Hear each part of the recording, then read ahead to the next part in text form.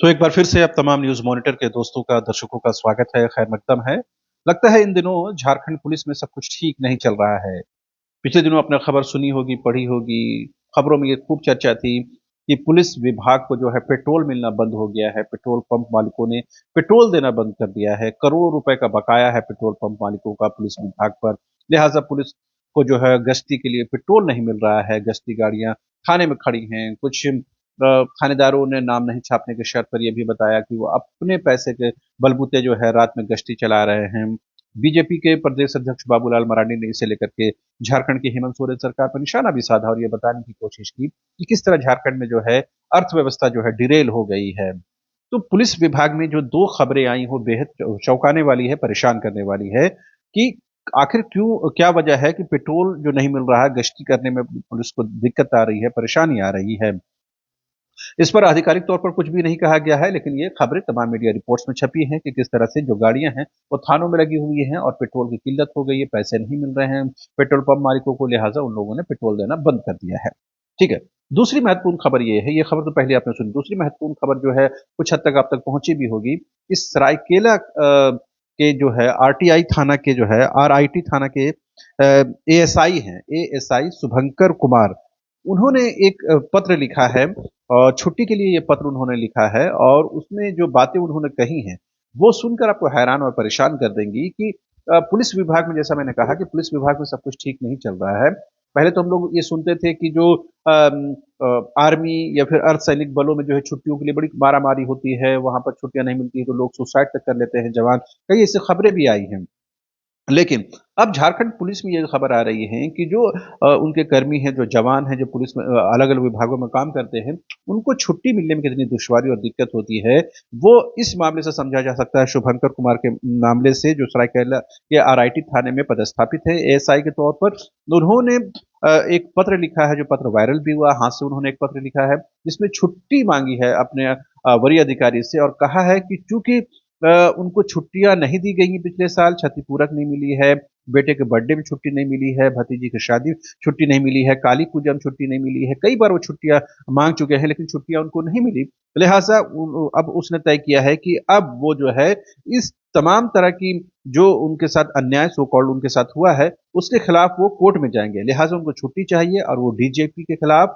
यानी झारखंड के पुलिस महानिदेशक के खिलाफ, डीआईजी के खिलाफ और एसपी के खिलाफ जो है शिकायत करेंगे और मुकदमा करेंगे। ये खबर जैसे ही फैली और ये लेटर जैसे ही वायरल हुआ, कहीं न कहीं पुलिस महकमे में भी कहीं न कहीं हड़कंप मच गया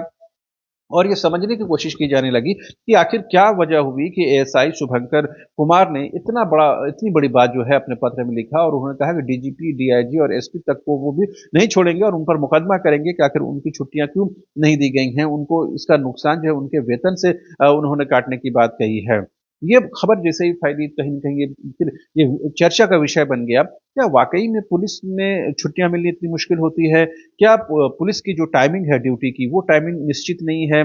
और पुलिस में जो कामकाज होता है, क्या वो उसका शेड्यूल जो है वो प्रॉपर तरीके से इम्प्लीमेंट नहीं होता है? क्या जो पुलिस के जो अपने कामकाज के तौर तरीके हैं, उसकी वजह से उनका जो परिवार है, उनका जो अपना उनकी व्यक्तिगत जो ज़िंदगी है, वो प्रभावित होती है? शुभंकर कुमार के मामले से ये बात तो लगता है कि कहीं न कहीं पुलिस विभाग में छुट्टियाँ मिलना बहुत मुश्किल होती हैं, जिसकी वजह से शुभंकर कुमार ने जो है यहाँ तक बात कह दी कि वो डीजीपी, डीआईजी और एसपी के खिलाफ जो मुकदमा करेंगे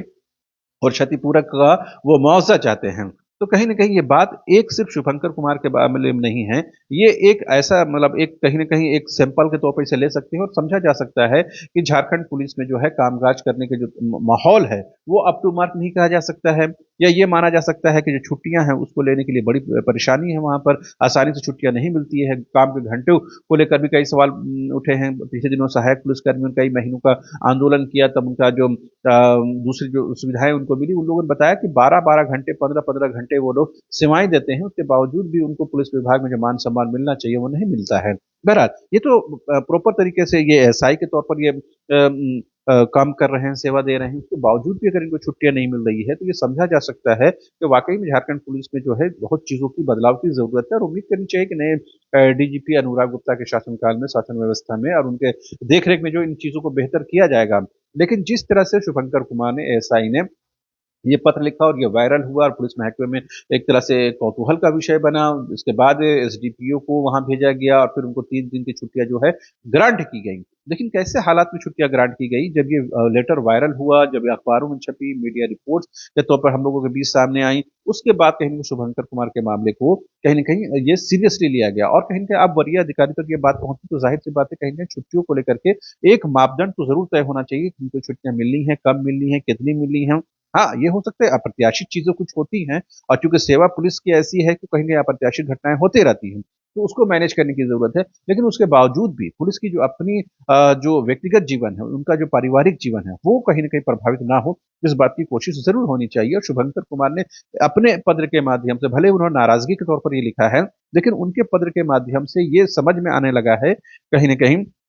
और ये अब चर्चा का भी विषय बन गया है कि झारखंड पुलिस में जो है काम के माहौल को बेहतर बनाने की जरूरत है और उसको अप टू मार्क बनाने की जरूरत है। और कहीं ना कहीं झारखंड की हेमंत सोरेन सरकार दोबारा सत्ता में आई है तो जाहिर सी बात है, जब तमाम चीजों को अब देख रहे हैं, इन चीजों को भी देखने की जरूरत है। और जैसा मैंने कहा कि डीजीपी अनुराग गुप्ता साहब आए हैं तो उनके उनके देखने में इन चीजों को बेहतर बनाया जा सकता है। लेकिन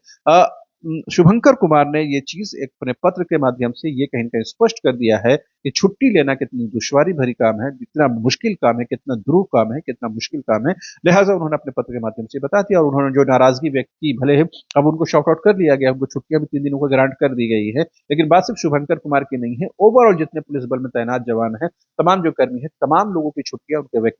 व्यक्तिगत जीवन और उनकी फैमिली लाइफ, इन तमाम चीजों को कहीं ना कहीं एक बैलेंस बनाने की जरूरत है। और जो इमरजेंसी काम है उसमें तो जाहिर सी बात है छुट्टियां ऊपर नीचे होती हैं, लेकिन एकदम छुट्टियां नहीं मिलना कहीं ना कहीं उनके मानसिक और शारीरिक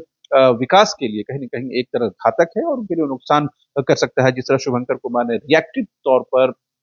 और प्रतिक्रियात्मक तौर पर ये कह दिया कि वो डीजीपी, डीआईजी और एसपी के तौर पर के उनके खिलाफ जो है मुकदमा करेंगे और इसके लिए उनको अब छुट्टियां चाहिए। तो आप समझ सकते हैं कि झारखंड की पुलिस में जो है किस तरह के बदलाव और किस तरह के वहां पर चेंजेस की जरूरत है। बहरहाल हमारी कोशिश ये थी कि एक महत्वपूर्ण विषय है, हालांकि खबरें तो आप तक पहुंची होंगी, लेकिन इसके मायने क्या है और इस खबर के आधार पर ओवरऑल पुलिस डिपार्टमेंट को, पुलिस महकमे को किस रूप में, किस तरह से देखने की जरूरत है और किस तरह के बदलाव और चेंजेस की वहां जरूरत है। बहरहाल अभी के लिए इतना ही। आप तमाम दर्शकों का एक बार फिर से शुक्रिया। Thank you so much.